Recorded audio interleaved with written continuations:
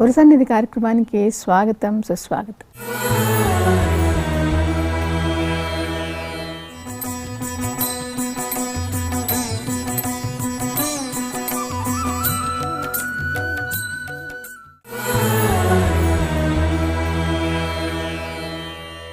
గురుసన్నిధి కార్యక్రమంలో మనం రామకృష్ణ పరమహంస గురించి, ఆయన తత్వాన్ని గురించి, ఆయన జీవితంలో జరిగిన అనేక విషయాల గురించి రామకృష్ణ మఠం ప్రభువులు శ్రీ సత్కంఠానంద గారిని అడిగి తెలుసుకుందాం. నమస్కారం గురుగారు. గురుగారు, రామకృష్ణ పరమహంస ఆయన యొక్క పుట్టుక గురించి, ఆయన ఆవిర్భావం గురించి చెప్తారా? మనకి సనాతన ధర్మంలో మనకి భగవద్గీతలో కృష్ణ భగవానుడు చెప్తారు కదమ్మా, యదా యదా హి ధర్మస్య గ్లానిర్భవతి భారత్ అభ్యుత్థానం అధర్మస్య ఆత్మానం సృజామ్యహం. ఎప్పుడైతే ధర్మం క్షీణించి అధర్మం పెచ్చరిల్లుతుందో అప్పుడు నేను అవతరిస్తానని భగవంతుడు భగవద్గీతలో చెప్పారు. దానికి అనుగుణంగా ఆయన ఇచ్చిన మాట ప్రకారం భారతదేశంలో అప్పుడు స్థితిగతులు చూస్తే భారతీయులందరికీ కూడా సనాతన ధర్మం మీద పూర్తిగా నమ్మకం, విశ్వాసం పోయి ఉంది. ఎందుకంటే చాలా కాలం మనం విదేశీ పాలనలో ఉన్నాం. బ్రిటిష్ వాళ్ళు వచ్చిన తర్వాత వారి పాలనలో చాలా కాలం ఆ విధంగా రాజకీయంగా అణగదొక్కబడ్డప్పుడు మన మీద, మన ఆచారాలు సాంప్రదాయాల మీద, మన ఆధ్యాత్మిక జ్ఞానం మీద పూర్తిగా విశ్వాసం కోల్పోయి పాశ్చాత్యులది ఉన్నతమైనటువంటి జీవితం, మనం వాళ్ళని అనుకరించాలి. కాబట్టి వాళ్ళు మనల్ని రాజకీయంగా పరిపాలించగలుగుతారు. మన దగ్గరికి వచ్చి వాళ్ళ నాగరికత మనకన్నా గొప్ప నాగరికత, మన ఆచారాలు సాంప్రదాయాలు మన ఋషులు మునులు కనుక్కునేంత కూడా అంత గొప్పవి కావు. కాబట్టి వాళ్ళు పురోభివృద్ధి చెందుతున్నారు. ఆ నాగరికత చాలా శరవేగంగా పురోభివృద్ధి చెందుతుంది. మన నాగరికత వెనకబడిపోయింది. కారణం ఏంటంటే మన ఆచారాలు సాంప్రదాయాలు, మన ధర్మం అనేటువంటివి తిరోగమనానికి సూచికలు తప్ప అవి మనల్ని నిజంగా పురోభివృద్ధికి తీసుకెళ్ళవని ఒక రకమైనటువంటి అపనమ్మకము, ఆత్మవిశ్వాసం లేమి జాతి మీద వచ్చేసాయి. ఆ సమయంలో రామకృష్ణ వారి తండ్రి గారైనటువంటి క్షుదీరామ్ చటోపాధ్యాయ చాలా సాంప్రదాయ కుటుంబంలో పుట్టినటువంటి వ్యక్తి, సత్యనిష్ట గలవాడు. ఆయన గయా వెళ్తాడు తీర్థయాత్ర. ఆ గయా క్షేత్రంలో ఆయనకి రాత్రి కళలో భగవంతుడు విష్ణు భగవానుడు వస్తాడు. వచ్చి నీ కుటుంబంలో నేను పుడుతున్నాను. అప్పుడు ఆయన అయ్యోయ్యో నేను చాలా పేద బ్రాహ్మణుని, నేను మిమ్మల్ని సేవ చేయలేను, మీరు నా కుటుంబంలో పుట్టవద్దు, ఎందుకంటే నా దగ్గర ఏమీ లేదు అని అంటే, అప్పుడు అవసరం లేదు, నువ్వు ఏది ఇస్తే అదే తీసుకుంటాను నేను, నువ్వు ఎలా పెట్టినా నాకు ఓకే అని చెప్పి ఆ విధంగా ఆయనకి ఆ కళ దర్శనం అయిన తర్వాత రామకృష్ణ పరమహంసలో పుడతారు క్షుదీరామ్ చటోపాధ్యాయ చంద్రమణి దేవికి. అయితే ఆ విధంగా ధర్మం క్షీణించింది కాబట్టి ఈసారి ఆయన అంతకుముందు రాముడిగా వచ్చినప్పుడు, కృష్ణుడిగా వచ్చినప్పుడు రాజవంశాల్లో పుట్టాడు. చాలా చిన్నప్పటి నుంచి కూడా చాలా భోగభాగ్యాల మధ్యలో ఒక రకమైనటువంటి ఆ గ్రాండియరస్ రాజ దర్బార్లో ఎలా ఉంటుంది ఆ విధంగా ఉండేది. ఇప్పుడు ఇక పేద గుడిసెలో పుట్టాడు. మరి ఇప్పుడు కూడా దక్షిణేశ్వరం వెళ్ళి చూస్తే, దక్షిణేశ్వరం కదా కామార్పుకు రామకృష్ణ వారి యొక్క స్వగ్రామం చూస్తే ఆ గుడిసె అట్లనే ఉంది. ఆ గుడిసెని మేము అలా నిర్వహిస్తున్నాం. రామకృష్ణ వారు ఎక్కడ పుట్టింది చాలా చిన్న గుడిసె వాళ్ళ నాన్నగారిది. కాబట్టి చాలా ధర్మనిష్ట గరిష్ఠుడు ఆయన. సో ఆ కుటుంబంలో పుట్టారు భగవంతుడు. ఈసారి ఆయన చిన్నప్పటి నుంచి కూడా చాలా వైరాగ్యంతో ఉండేటువంటి వారు. నేను స్కూల్కి వెళ్ళానని చెప్పేశారు. వాళ్ళ అన్నలు ఎంత బతిమాలినా ఏంటంటే, నాకు ఈ ఉపాధి కోసం ఈ విద్య, అరటిపళ్ళు బియ్యం మూట కట్టుకున్నటువంటి విద్య, కేవలం కూటి కోసమే ఈ విద్య ఎలాంటి ప్రయోజనాన్ని కలగజేయదు. ఈ విద్య వలన నిజమైనటువంటి ప్రయోజనం కలగదు మనిషికి. కాబట్టి నాకు ఈ విద్య వద్దు, నేను స్కూల్కి వెళ్ళానని అంత స్పష్టంగా చెప్పగలిగారు. 5-6 సంవత్సరాల వయసులో ఉన్నప్పుడే నాకు ఈ విద్య వద్దని ఎవరో ఇంకా ఆయన ఫోర్స్ చేయలేకపోయారు. తర్వాత నాటకాలంటే చాలా ఇష్టం ఉండేది. ఎక్కడైనా శివుడి పాత్ర వేయటం అన్న, ఏ పాత్ర ఆ పాత్రలో లీనమైపోయారు. ఒకసారి ఒక నాటకం వేస్తున్నారు, ఆ పాత్రలో శివుడు రాలేదు, ఆ శివుడి పాత్ర పోషించేవాడు. ఈయన్ని ఆ శివుడి పాత్రను పోషించమన్నారు. ఎప్పుడైతే ఆ శివుడి పాత్రను పోషించడం మొదలుపెట్టారో ఆయనకి భావ సమాధి కలుగుతుంది వెంటనే. ఎందుకంటే అంతగా సంలీనం అయిపోతాడు ఆ పాత్రలో. తర్వాత ఇంకోసారి పక్కన ఒక గ్రామానికి వెళుతున్నప్పుడు కూడా ఆకాశంలో కొంగలు వెలుగుతూ ఉంటాయి. ఆ కొంగలు వెనుక ఒక నల్లటి మేఘం ఉంటుంది. ఇవి తెల్లటి కొంగలు ఆ నల్లటి మేఘం చూసి ఇంతటి అందమైనటువంటి ప్రపంచాన్ని ఎవరు సృష్టించి ఉంటారో భగవంతుడిగా, దానికి వెంటనే భగవంతు స్ఫురణకు వచ్చి భావ సమాధిలోకి వెళ్ళిపోతారు. అలా ఆయన ఆ విధంగా చిన్నప్పటి నుంచి కూడా ఏదన్నా సుందరమైనటువంటి దృశ్యాన్ని చూసినప్పుడు, లేకపోతే భగవంతుడి గురించి విన్నప్పుడు, రామాయణ భారతాల గురించి, భాగవతాల గురించి అక్కడ ప్రవచనాలు జరుగుతూ ఉంటే వెళ్ళిపోయేవారు. అక్కడెక్కడ నాటకాలు జరుగుతుంటే, డ్రామాలు జరుగుతుంటే వెళ్ళిపోయేవాళ్ళు. ఎప్పుడూ సంతోషంగా ఉండేవాళ్ళు, అందరినీ సంతోషపెట్టేవాళ్ళు. ఆ విధంగా రామకృష్ణ పరమహంసులు వారు ఆ గ్రామం వాళ్ళు అందరూ కూడా చాలా అభిమానించేవాళ్ళు, ప్రేమించేవాళ్ళు, ఎప్పుడూ సంతోషంగా ఉండేటువంటి వాళ్ళు. కాబట్టి తర్వాత ఉన్న సాధువులు సన్యాసులు చూసినా కూడా చాలా క్యూరియాసిటీ, ఒక రకమైనటువంటి ఆశ్చర్యంతో క్యూరియాసిటీ చూస్తూ ఉండేవాళ్ళు. వాళ్ళకి ఏదైనా భోజనం అదంతా కావాలంటే వెంటనే సప్లై చేసేటువంటి వాళ్ళు. ఆయనకు ఒకసారి వాళ్ళు ఆ వేషం వేయిస్తారు. ఆయనే సన్యాసి వేషం వచ్చేసరికి ఇంటికి వస్తాడు. తల్లికి క్షుదీరామ్ చట్టోపాధ్యాయ తల్లి భార్య గారు చంద్రమణి దగ్గర కంగారు పడిపోతాడు, సన్యాసులు కలిసిపోతాడేమో అని చెప్పి. తర్వాత ఆ సాధువులు వచ్చి చెప్తారు, అలాంటి ప్రమాదం ఏమైనా మేము తీసుకెళ్ళట్లేదు మీ అబ్బాయిని ఇక్కడ అని చెప్పి. పరమ వైరాగ్యంతో ఉంటారు. ఎప్పుడు ఆ సాధన అంటే మహా ఇష్టంగా ఉండే చిన్నప్పటి నుంచి కూడా. అంటే భగవంతుడు ధర్మం క్షీణించింది కాబట్టి ఆయన ఈసారి ధర్మాన్ని మళ్ళీ పునః స్థాపించడానికి ఈ రామకృష్ణ వారి అవతారం వచ్చారని మేము చదువుతాము, భావిస్తాం అన్ని. కానీ అందరికీ మనం దేవుణ్ణి పూజించుకోవాలా అంటే ఒక మంత్రం చెయ్యాలి అంటే ఒక గురువు కావాలి. కానీ ఈయనకి ఏ గురువులు లేరు. ఏ గురువులు తర్వాత వచ్చారే కానీ ముందు ఆయన దర్శనం తగ్గిన తర్వాత గురువులు వాళ్ళంతా వాళ్ళు వచ్చారు తప్ప ఈయనకు ముందు అయితే ఏ గురువు లేరు. కానీ ఈయన పూజారిగా నియమింపబడ్డాడు. అప్పుడు ఎవరు ఆయనకి కాళీమాత మంత్రం చెప్పారు? పూజారికి చిన్నప్పటి నుంచి వాళ్ళకి కుటుంబ గురువులు ఉన్నారమ్మా. తండ్రి గారికి ఉన్నారు, ఈయనకి ఉన్నారు. ఆ కుటుంబ గురువు నుంచి ఏదో మంత్రం అయితే తీసుకున్నారు. అయితే మీరు అన్నట్టు గురువు అంటే మామూలుగా పూర్తిగా ఆ సిద్ధాంతం, ఆ సాధనలో ఆయనకి శిక్షణ ఇచ్చి ఆయనతో పాటు ఉండి సన్నిధిలో ఉంటూ ఆధ్యాత్మిక సాధనలు ప్రాక్టీస్ చేస్తూ వాళ్ళు తర్వాత వచ్చారు మీరు అన్నట్టు. అయితే ఆయన కారణజన్ముడు కాబట్టి ఎప్పుడైతే ఆ కాళికాదేవిని ఉపాసించడం మొదలు పెడతారో అది కేవలం ఒక వృత్తిగా కాదు కదా, ఒక పూజారి వృత్తిలో లేడు ఆయన. ఆయన అసలు అమ్మవారు ఏంటి, అమ్మవారి తత్వం ఏంటి, ఆమె మృణ్మయి కాదు, ఆమె చిన్మయి, కేవలం విగ్రహం కాదు నాకు అక్కడ, ఆమె కొలువు తీరి ఉందమ్మ అని చెప్పేసి ఆయన నైవేద్యం పెట్టేటప్పుడు అమ్మకి అమ్మ తిను ఒక చిన్న పిల్లవాడు తల్లిని ఎట్లా బ్రతిమాలుతాడో ఆ విధంగా బ్రతిమాలుతూ ఉండేటువంటి వాళ్ళు. అయ్యో ఇంకా ఎందుకు తినవు అని చెప్పేసి అమ్మని ప్రాధేయపడుతూ ఉండేవాళ్ళు.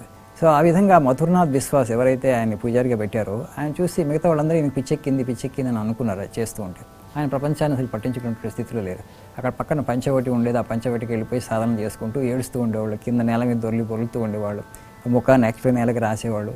రాంప్రసాద్కు నువ్వు కనిపించావు, కమలాకాంత్కు నువ్వు కనిపించావు, దర్శనం ఇచ్చావు, అసలు నువ్వు ఉన్నావా, నాకెందుకు దర్శనం ఇవ్వవు, నేనెందుకు ఏం అన్యాయం చేశానని చెప్పేసి అని చెప్పి మనందరికీ తెలుసు. ఇంకా తీవ్రమైనటువంటి ఆ వ్యాకులతతో ఒక స్టేజ్కి వచ్చిన తర్వాత ఇంకా అమ్మ కనపడట్లేదు, తన దర్శనాన్ని ఇవ్వట్లేదని చెప్పేసి ఆ విగ్రహంలో ఉన్నట్టు చేతిలో ఉన్నటువంటి ఆ కత్తిని తీసుకుని తన తల నరుక్కోబోతారు. అప్పుడు ఆయనకి అమ్మ సాక్షాత్కరిస్తుంది. ఒక టు రీడ్ లైట్, గొప్ప కాంతి వచ్చేసేసి ఆ దక్షిణేశ్వర్ ఆ పూజ ఎక్కడైతే పూజ చేస్తున్నారో మొత్తం ఆక్యుపై చేసేసి ఆ గోడలు అన్నీ కూడా కరిగిపోయి ఒక చైతన్యం అంటాం, చైతన్య సాగరం, ఆ చైతన్య సాగరంలో లీనమైపోతారు. ఆయన స్పృహ తప్పిపడిపోతారు. మహానుభూతి ఆయన కలుగుతుంది మొట్టమొదటిసారిగా. ఇంకా తర్వాత అనుభూతిని చాలాసార్లు పొందుతారు. అమ్మతో మాట్లాడటం, సంభాషించడం, ఒక చిన్న పిల్లలు తల్లి ఎట్లా అడుగుతూ ఉంటారో ఆ విధంగా మా అమ్మ ఇలా చెప్పింది అంటూ ఉండేవాడు. ఆయన హలదారి అనేటువంటి వ్యక్తి నువ్వు రాధాకృష్ణ మందిరంలో పూజ చేస్తూ ఉండేవాడు. అక్కడ రాధాకృష్ణ మందిరం కూడా ఉంది అదే ప్రాంగణంలో. చేస్తూ మీ దేవత కాళికాదేవి తామసిక దేవి ఆమె అని చెప్పేసరికి రామకృష్ణ వారు చిన్నపిల్లవాళ్ళ బాధపడిపోయి వెళ్ళి అడుగుతారు అమ్మ నిన్ను తామసిక దేవత అంటున్నారంటే తర్వాత అప్పుడు అమ్మ చెప్తుంది, అది ఆయనకి ఏం తెలియదు, ఆ జ్ఞానం ఏం పట్టించుకోకని వెంటనే వచ్చి ఆయన అంటాడు, దుర్మార్గుడా, నా అమ్మని తామసిక దేవంట, ఆమె సకల జగత్తుకు ఆమె ఆధారం, ఆమె చైతన్య స్వరూపము, అలాంటి ఆమె నువ్వు తామసిక దేవత అంటావని చెప్పేసి. కానీ ఇక్కడ రామకృష్ణ వారు అమ్మను పూజించినప్పుడు ఎప్పుడు కూడా ఆ విశ్వ చైతన్యానికి ప్రతీకగానే పూజించారు. ఆమె ఆ చైతన్యంలో పురుషుడు ఉంటాడు, ప్రకృతి ఉంటారు. ఆ ప్రకృతి స్వరూపంగా అప్పుడప్పుడు భావించగా ఆ పూర్ణ చైతన్యానికి వ్యక్తీకరణ కదా ఆమె భావించే పూజ చేశారు ఆయన. ఆ విధంగా ఆయనకి సాక్షాత్కారం అవుతుంది. తర్వాత అమ్మతో చాలాసార్లు మాట్లాడతారు. మీరు అన్నట్లు ఇదంతా అయిపోయిన తర్వాత మిగతా గురువులు వస్తారు. అద్వైత గురువు వస్తారు, భైరవి బ్రాహ్మణ వైష్ణవ సాధనలన్నీ చేయిస్తుంది. తద్వారా ఆయనకి మహాభక్తి అంటే పరాభక్తి సమకూరుతుంది. పరాభక్తి సమకూరిన తర్వాత ఆమె ముందు సర్టిఫికెట్ ఇస్తుంది. 19 మహాభావాలు మీ ద్వారా వ్యక్తం అవుతున్నాయి. పరాభక్తి పొందినటువంటి వ్యక్తికి మాత్రమే ఇది సాధ్యమవుతుంది. రామకృష్ణ వారు తర్వాతి కాలంలో తన శిష్యులకి, తన భక్తులకి ఉపదేశాన్ని ఇస్తూ భగవంతుడు ఏదైనా ఇస్తాడు, జీవన్ముక్తి కావాలంటే ఇస్తాడు, మోక్షం కావాలంటే ఇస్తాడు, కానీ పరాభక్తిని మాత్రం ఇవ్వడు, ప్రహ్లాదుడికి ఇచ్చినట్లు. ఎందుకంటే ఆ పరాభక్తిని పొందినటువంటి వ్యక్తి ఆ భగవంతుడిని దాసుడుగా చేసుకుంటారు. భగవంతుడు ఆ భక్తుడికి ఊడిగం చేయాల్సి ఉంటుంది. అందుకని భగవంతుడు అది ఇవ్వడు, నీకు జీవన్ముక్తి కావాలంటే ఇస్తాడు, మోక్షం కావాలంటే ఇస్తాడు. పరాభక్తి చెందినటువంటి వాళ్ళు చాలా కొద్దిమంది ఉంటారు అని చెప్తారు. భక్తులు అది పరాకాష్ట, అది మోక్షం కన్నా ఇంకా ఉన్నటువంటి స్థితి. ఎందుకంటే భగవంతుడే నీకు దాసుడు అవుతాడు కాబట్టి, నీకు రక్షకుడు అవుతాడు కాబట్టి అని చెప్తారు. గురుగారు, రామకృష్ణ పరమహంస గారు భక్తి యోగాన్ని ఎందుకు ఎంచుకున్నారు? ఎక్కువగా ఆయన కర్మ జ్ఞాన యోగాల్లోకి ఎందుకు పోలేదంటారు? ఆయన ఏమని విశ్వసించారంటే ఈ కలియుగానికి ముఖ్యంగా గృహస్థ జీవితంలో ఉన్నటువంటి వారికి ఈ జ్ఞాన మార్గము, కర్మ మార్గాలు కొంచెం కష్టం. అందుకని ఆయన భక్తి మార్గాన్ని ఎక్కువగా ఉపదేశించారు, ఎక్కువగా బోధించారు. కలియుగానికి నారదీయ భక్తి అంటారు. ఇంక భాగవతంలో కూడా ఉంటుంది, కలేహ దోష నిధే రాజన్ హి అస్తి ఏకో మహాన్ గుణ కీర్తనాదేవ కృష్ణస్య ముక్త సంగ పరం వ్రజేత్. కలియుగంలో కేవలం భగవంతుని నామాన్ని జపించడం ద్వారానే వ్యక్తి ముక్తిని పొందవచ్చు అని చెప్పేసి. గృహస్థ జీవితంలో ఉన్నటువంటి వాళ్ళకి కర్మయోగం అంటే ఫలాన్ని ఆశించకుండా, ఫలం మీద దృష్టి పెట్టకుండా కర్మలు చేయడం చాలా కష్టం. అదేవిధంగా జ్ఞాన మార్గంలో నేతి నా ఇతి, నేను శరీరం కాదు, నేను మనస్సును కాదు అని అనుకోవడం కూడా చాలా కష్టం. ఎందుకంటే మనకి బంధాలు, అన్ని కనపడతా ఉంటాయి. బంధుత్వాలని శరీరం ద్వారా ఏర్పడ్డాయి కదా. ఈ శరీరం జీరో అయిపోతే ఇంక బంధుత్వాలని అంటే మానసికంగా సంసిద్ధులై ఉండడు. కాబట్టి క్రమం ముక్తి. అందులో జ్ఞాన మార్గం అంటే like walking on the razor's edge, అంటే కత్తి మీద నడవడం లాంటిది అవుతుంది. అందుకని ఆయన ఈ భక్తి మార్గంలో ఏంటంటే క్రమేణా మనకి వైరాగ్యం పెరుగుతూ ఉంటుంది. భగవంతుని నామాన్ని జపిస్తున్న కొద్దీ, ఆయన ప్రేమిస్తున్న కొద్దీ, తద్వారా అది క్రమముక్తికి దారితీస్తుంది. కాబట్టి ఇందులో ప్రమాదం లేదు. కర్మయోగం జ్ఞానయోగంలో కనుక మనం ఒక అంటే కరెక్ట్ గురువు గారి దగ్గర కనుక నేర్చుకోకపోతే, జ్ఞాన మార్గం ముఖ్యంగా రాజయోగంలో కూడా, తద్వారా ఏమవుతుందంటే సాధకుడు మధ్యలో మళ్ళీ పతనం అవడానికి అవకాశం ఉంది. ఆ భయం ఇందులో లేదు, భక్తి మార్గంలో లేదు. భక్తి క్రమేణా మనకి వైరాగ్యాన్ని పెంచుతూ, అంటే తర్వాత మన చుట్టుపక్కల ఉన్న కుటుంబ వ్యక్తులు ఎవరైతే ఉన్నారో వాళ్ళని కూడా దైవ స్వరూపంగా మనం చూస్తే మనకి అది బంధంగా అంటుకోదు. అది వాళ్ళు కూడా దైవం నాకు ఈ బాధ్యతను ఇచ్చాడు, వాళ్ళకి ఈ పాలనా చూడమని, ఆ విధమైనటువంటి భావనతో మనం వాళ్ళ మధ్యలో ఉన్నప్పటికీ కూడా ఆ బంధాలు మనకు అంటుకోవు. అందుకని రామకృష్ణ పరమహంస గారు ఎప్పుడు తామరాకు నీటిలో ఎట్లా ఉంటుందో ఆ విధంగా ఉండాలి. తామరాకు నీటిలో ఉంటుంది కానీ నీరు తామరాకు అంటుకోదు. అదేవిధంగా పడవ నీటిలో ఉంటుంది కానీ నీళ్లు పడవలోకి రావు. అదేవిధంగా మనం సంసారంలో ఉంటాం కానీ సంసారం మన లోపలికి ప్రవేశించకూడదు అంటే పూర్తిగా మనం ఈ అనురాగాన్ని, మమకారాన్ని పెంచుకోకూడదు ప్రతి వస్తువుల మీద, వ్యక్తుల మీద. ఎందుకంటే అది శాశ్వతం కాదు. కాబట్టి ఇవాళ ఉంటుంది శరీరం, రేపు పోతుంది. మనం అప్పుడు మనకు సంబంధించినటువంటి ఎవరైనా చనిపోయినప్పుడు మనకు విపరీతమైన బాధ అవుతుంది. అందరం ఇక్కడ ఈ అశాశ్వత ప్రపంచంలో ఒకరోజు ఇక్కడి నుంచి నిష్క్రమించాల్సిన వాళ్ళమే అని మనం గుర్తుపెట్టుకొని ఎప్పుడు ఆ వైరాగ్య భావంతో జీవిస్తే, అంటే వాళ్ళ మధ్యలో ఉంటాం, మన కార్యాలన్నీ మనం చేస్తాం, వాళ్ళని ప్రేమిస్తాం, అంతా చేస్తాం. మనం అడవులకు పోము, లేకపోతే గుహల్లోకి వెళ్ళి తపస్సు చేసుకోవాల్సిన అవసరం లేదు. ఈ కొంచెం నిస్సంగత్వాన్ని కూడా కొంచెం అవలంబించండి. కానీ ఆ నిస్సంగత్వాన్ని మనం అభ్యసించడానికి చాలా కష్టం అవుతుంది మీకు, భగవంతుని అనుగ్రహం లేకుండా కుటుంబ జీవితంలో ఉంటే. కాబట్టి భగవంతుని నామాన్ని జపించడం ద్వారా ఆయన అనుగ్రహానికి పాత్రలు అవుతారు. ఆయన అనుగ్రహానికి పాత్రలైనప్పుడు ఇంకా మనకి పొందవలసినటువంటి ముక్తి ఏదో చాలా తేలిక అవుతుంది అని చెప్పి జ్ఞాన మార్గం గురించి చెప్తూ అహం బ్రహ్మాస్మి అంటాం, లేకపోతే శివోహం అంటాం.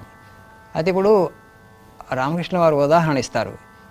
సముద్రంలో తరంగం ఉంటుంది, ఆ తరంగము నేను సముద్రం అని చెప్పకూడదంటది. తరంగం సముద్రంలో భాగమైనప్పటికీ కూడా, సముద్రం నుంచి ఉద్భవించింది అయినప్పటికీ కూడా, తరంగం నేనే సముద్రం అంటే అది బాగోదు. సముద్రం చెప్పొచ్చు తరంగం నాకు చెందిందని, తరంగం సముద్రం నాకు చెందిందని చెప్పకూడదు. అందుకని ఈ దాస్యభక్తిని పెంపొందించుకోమంటారు. పెంపొందించుకోమంటూ నేను అహం బ్రహ్మాస్మి శివోహం, దేహభావం ఇంతగా ఉన్న వ్యక్తి అహం బ్రహ్మాస్మి అంటే ఈ దేహమే. మనం ఇంతకుముందు ఉపనిషత్తులప్పుడు కూడా చర్చించుకున్నాం. విరోచనుడు, ఇంద్రుడు ఇద్దరు బ్రహ్మదేవుడి దగ్గరికి వెళ్తారు. ఇద్దరికి ఒకటే ఉపదేశం అందుతుంది, కానీ ఇద్దరు రకరకాలుగా అర్థం చేసుకుంటారు. ఇంద్రుడికి అర్థమవుతుంది సూక్ష్మమైనటువంటి విషయం, ఈయనకి అర్థం కాదు. విరోచనుడికి దేహమే ఆత్మ అని అనుకుంటాడు. ఆ విధంగా మనం భ్రమింపబడే ప్రమాదం ఉంది. కాబట్టి ఆయన ఈ భక్తి యోగానికి ఎక్కువ ప్రాధాన్యతనిచ్చారు. జ్ఞానయోగం అనేటువంటిది, ఈ కర్మయోగము, రాజయోగం గృహస్థ భక్తులకి కష్టం. కాబట్టి ఎందుకంటే వాళ్ళు ఎలాంటి బాధ్యతలను నిర్వర్తిస్తున్నారు, ఎన్ని కష్టాలను అనుభవిస్తున్నారు ఈ సాంసారిక జీవితంలో, అవన్నీ తెలిసినటువంటి వ్యక్తి కాబట్టి మహాదయాళు, పరమ అనుకంపతో వాళ్ళకి ఏది వాళ్ళు అనుష్ఠించగలరు, అనుష్ఠించగలిగినటువంటి సాధన ఆయన చూపించాలి. లేకపోతే నాకు నచ్చిన సాధన నేను చూపిస్తాను, నాకు నచ్చిన సాధన మీకు ఇస్తానంటే ఆయన నిజమైనటువంటి గొప్ప గురువు గారు. అంటే వాళ్ళు ఏ స్థాయిలో ఉన్నారు, ఎక్కడున్నారు, అక్కడి నుంచే వాళ్ళు ఆధ్యాత్మికంగా పురోభివృద్ధిని సాధించడానికి అవకాశం కల్పించాలి. కాబట్టి ఆయన దగ్గరికి వచ్చిన వాళ్ళందరూ ఈ కలకత్తా మహానగరం నుంచి ఆ రోజు, అప్పుడు ఈ దక్షిణేశ్వర అవుట్స్కట్స్లో ఉండేది, వాళ్ళందరూ వీకెండ్స్లో వచ్చేవాళ్ళు. వచ్చి వాళ్ళ బాధలు, కష్టాలు అన్నీ చెప్పుకుంటూ ఉండేవాళ్ళు ఈ సాంసారిక జీవితం. అందుకని భగవంతుని నామాన్ని జపించండి, అంత సవ్యంగా జరుగుతుంది మీకు అని చెప్పి ఆశ్వాసాన్ని ఇస్తూ ఉండేవాళ్ళు ఆయన.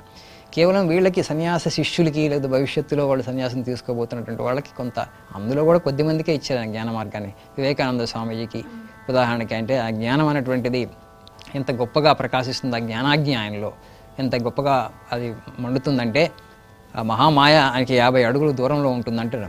ఆ జ్ఞాన ఖడ్గము అంత గొప్పగా ఉందని చెప్తారు, అంత షార్ప్గా ఉంది. మాయ అనేటువంటిది ఆయన బంధించలేదు. అందుకని మహామాయ 50 అడుగుల దూరం ఆయన నుంచి ఉంటుందని చెప్పి వివేకానంద స్వామీజీకి ఎక్కడ కూడా ఆయన ఆహార విషయంలో కానీ, దేని విషయంలో కానీ రూల్స్, రెగ్యులేషన్స్ పెట్టేసి నువ్వు ఇది తినకూడదు, అది తినకూడదు ఏం చెప్పలేదు. మిగతా శిష్యులు కనుక అట్లా చేస్తూ ఊరుకునేవాళ్ళు కాదు. వాళ్ళకి ఆయన ఇచ్చినటువంటి శిక్షణ వేరుగా ఉండేది. సో ఈ విధంగా ఆయన గృహస్థ భక్తులే ఎక్కువ మంది ఆయన దగ్గరికి వచ్చేవాళ్ళు. కాబట్టి వాళ్ళకి కలియుగంలో నారదే భక్తి బాగా సూట్ అయ్యేటువంటి ఆధ్యాత్మిక సాధన. కాబట్టి ఆయన దాని మీద దృష్టి పెట్టేసి భగవంతు నామాన్ని జపించండి ఎట్లా ఏ విధంగా మనం చెట్టు కింద ఉండి తప్పట్లు కొడితే చెట్టు మీద ఉన్నటువంటి కాకులు ఎగిరిపోతాయో ఆ విధంగా మన శరీరంలో ఉన్నటువంటి పాపాలన్నీ కూడా భగవంతుడి నామాన్ని జపిస్తే అవన్నీ ఎగిరిపోతాయి. భాగవతంలో ఏదైతే చెప్పబడిందో భగవన్ నామ మహాత్మ్యం మన పురాణాలు అన్నింటిలో చెప్పబడింది. దాన్ని ఆయన ఎక్కువ ఎంఫసైజ్ చేసి ఈ కలియుగానికి మనకి నారదీయ భక్తి, మీరు ఈ వివేకానంద స్వామి కూడా చెప్తారు అందులో, మధ్యలో ఉండి ఇన్ని బాధ్యతలు మధ్యలో ఉంటూ హిందూ స్త్రీలు కేవలం మధ్యలో శివోహం అంటే ఆయన శివశివ అంటే చాలనేవారు. శివశివ అంటే చాలు, అది గుడ్ ఎనఫ్ సాధన. ఆ సాధన చాలు ఈ కలియుగంలో భగవంతుడి అనుగ్రహాన్ని పొందడానికి. ఆయనకి తెలుసు మనం ఎన్ని కష్టాలు పడుతూ ఉంటాం, ఆయన వైపు మనసు తిప్పటం ఎంత కష్టం ఈ ప్రాపంచిక బంధాల మధ్యలో ఉంటూ. కాబట్టి ఆ భగవంతు యొక్క అనుకంప ఎప్పుడు, ఆ అనుకంప అనేటువంటి గాలి ఎప్పుడు వీస్తూనే ఉంది.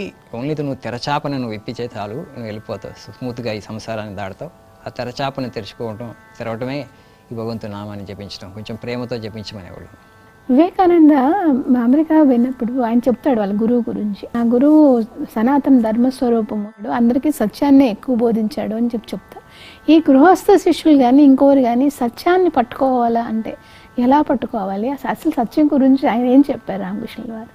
సత్యానుష్ఠానానికి ఆయన చాలా ప్రాధాన్యతనిచ్చారమ్మా. అయోధ్యలో శ్రీరాముల వారి బాలరాముడిని మనం ప్రాణ ప్రతిష్ఠ చేసుకున్నాం. మనం శ్రీరాముడు జీవితంలో చూసినా కూడా ఆయన సత్యవాక్ పరిపాలకుడు. తండ్రి దశరథుడిని సత్యవాక్ పరిపాలకుడు నిలబెట్టడానికి ఆయన అరణ్యవాసానికి వెళ్ళారు. ఎన్నో ప్రలోభాలు వచ్చినాయి ఆ ప్రక్రియలో. భరతుడు వెళ్ళి మీరు వచ్చి రాజ్యాన్ని స్వీకరించని అంటారు. తర్వాత వశిష్ఠ మహర్షి చెప్తాడు, చుట్టుపక్కల ఉన్నటువంటి గురువులు చెప్తారు, మీకు ఎలాంటి పాపం అంటుకోదు దీనివల్ల అని కూడా చెప్తారు. వాళ్ళు వెనక్కి వచ్చేయండి. భరతుడు ఇంకా మన వంశాచారం ప్రకారం జ్యేష్ఠ భ్రాత మాత్రమే పట్టాభిషేకానికి అర్హుడు, నేను ఏ విధంగా అర్హుడవుతాను, విద్యలో శక్తిలో నీకన్నా బలహీనుడిని నేను. సరే మా అమ్మగారు నాకు ఇచ్చారు తండ్రి గారి దగ్గర నుంచి తీసుకుని ఈ రాజ్యాన్ని, నేను దాన్ని మళ్ళీ నీకు ధారదత్తం చేస్తున్నాను అని చెప్పేసి ఎన్నో విధాగా ప్రాధేయపడ్డప్పటికీ కూడా రాముడు ఒప్పుకోడు. ఇక్ష్వాకు వంశంలో అప్పటి వరకు ఎవరు కూడా అంటే సత్యాన్ని ఒక వాగ్దానం చేసి వాగ్దాన భంగం చేయలేదు. ఇప్పుడు నేను కనుక ఈ అరణ్యవాసానికి కనుక వెళ్ళకపోతే తండ్రికి వాగ్దాన భంగం అంటే ఆ ప్రతిజ్ఞ భంగం యొక్క పాపం అంటుకుంటుంది. కాబట్టి తండ్రి కోసం నేను ఇది చేయాలి. సత్యం మీదనే ప్రపంచం నిలబడింది. సత్యమేవ జయతే నానృతం సత్యేన పంథ వితతో దేవయాన ఉపనిషత్తు అన్నట్టు ఆ రాములు వారు ఏదైతే ఈ సత్యనిష్ట కలిగి ఉన్నారో అదే సత్యనిష్టని రామకృష్ణ పరమహంస జీవితాన్ని కూడా మనం చూస్తాం. ఒక మాట అన్నారంటే ఆ రోజు వస్తాను ఇంటికన్నా అంటే వచ్చేసి వెళ్ళిపోయేవాడు. ఏ విధంగా కూడా దానికి అంటే సత్యవాక్కుకి భంగం వాటిల్లకుండా చూసుకునేటువంటి వాడు.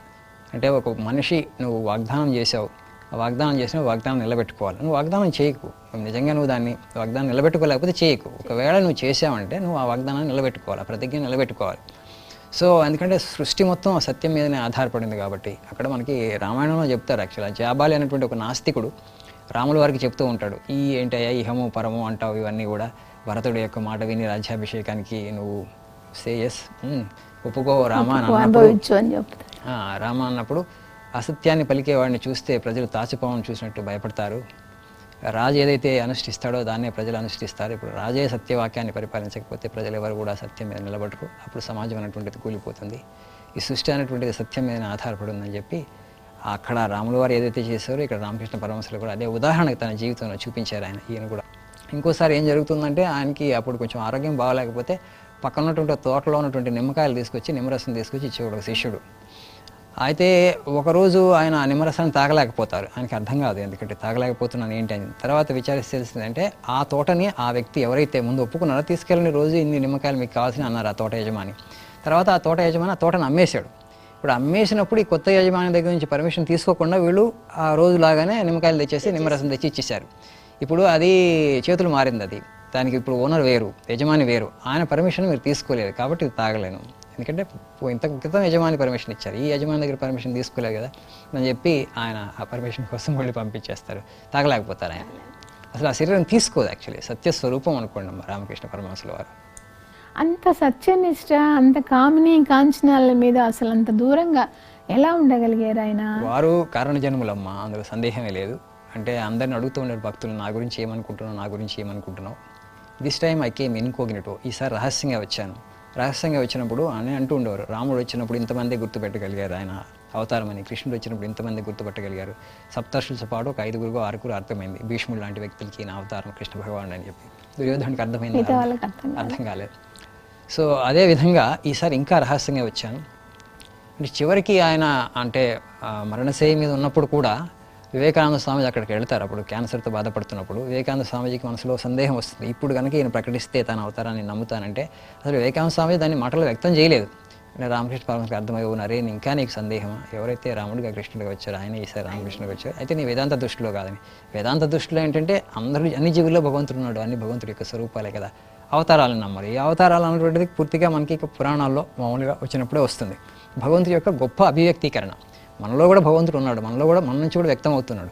బట్ ది గ్రేటెస్ట్ మేనిఫెస్టేషన్, మహోన్నతమైన అభివ్యక్తీకరణ ఆ శరీరం ద్వారా వ్యక్తమైంది. తద్వారా అందుకని వాళ్ళకి మనం గుడులు కడుతూ ఉంటాం, వాళ్ళని పూజిస్తూ ఉంటాం.